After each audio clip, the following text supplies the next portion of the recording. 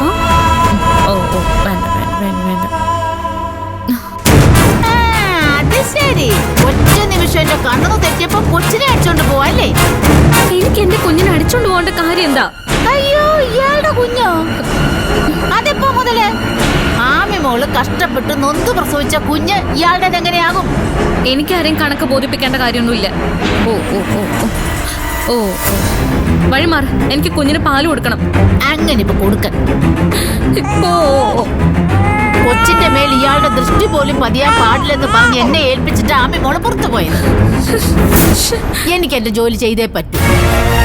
ദേ, മര്യാദക്ക് കൊച്ചിനെ കൊണ്ട് തൊട്ടിൽ കിടത്ത. ഓ ഓ കുഞ്ഞ് കരയുന്ന കേട്ടില്ലേ? ഇതിന് വിഷമിട്ടാ. ആദ്യം പാല് കൊടുക്കട്ടെ, എന്നിട്ട് തീരുമാനിക്കാം എവിടെ കിടത്തണമെന്ന്.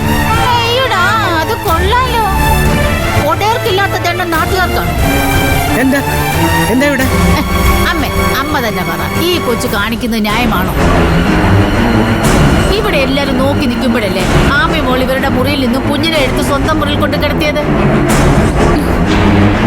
എന്നിട്ട് ഇപ്പൊ മോള് പുറത്തു പോയപ്പോ കുഞ്ഞിനെ എന്നെ ഏൽപ്പിച്ചിട്ട് പോയി.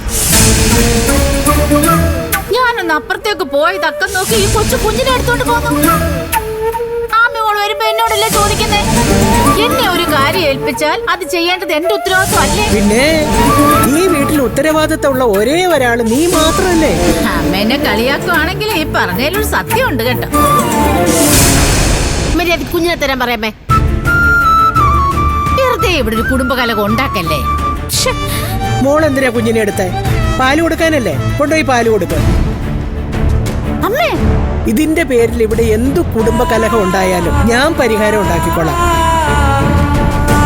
നീ അടുക്കളയിലേക്ക് ചെന്ന് വൈകിട്ടത്തേക്ക് കാപ്പിക്കുള്ള പലഹാരം ഉണ്ടാക്കാൻ നോക്കപ്പോ.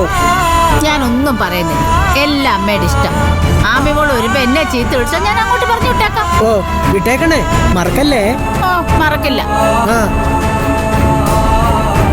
എന്തിനാ മോളെ കുഞ്ഞിനെ ഇട്ടിങ്ങനെ കരയിക്കുന്നേ? കൊണ്ടുപോയി അതിന് പാല് കൊടുക്ക.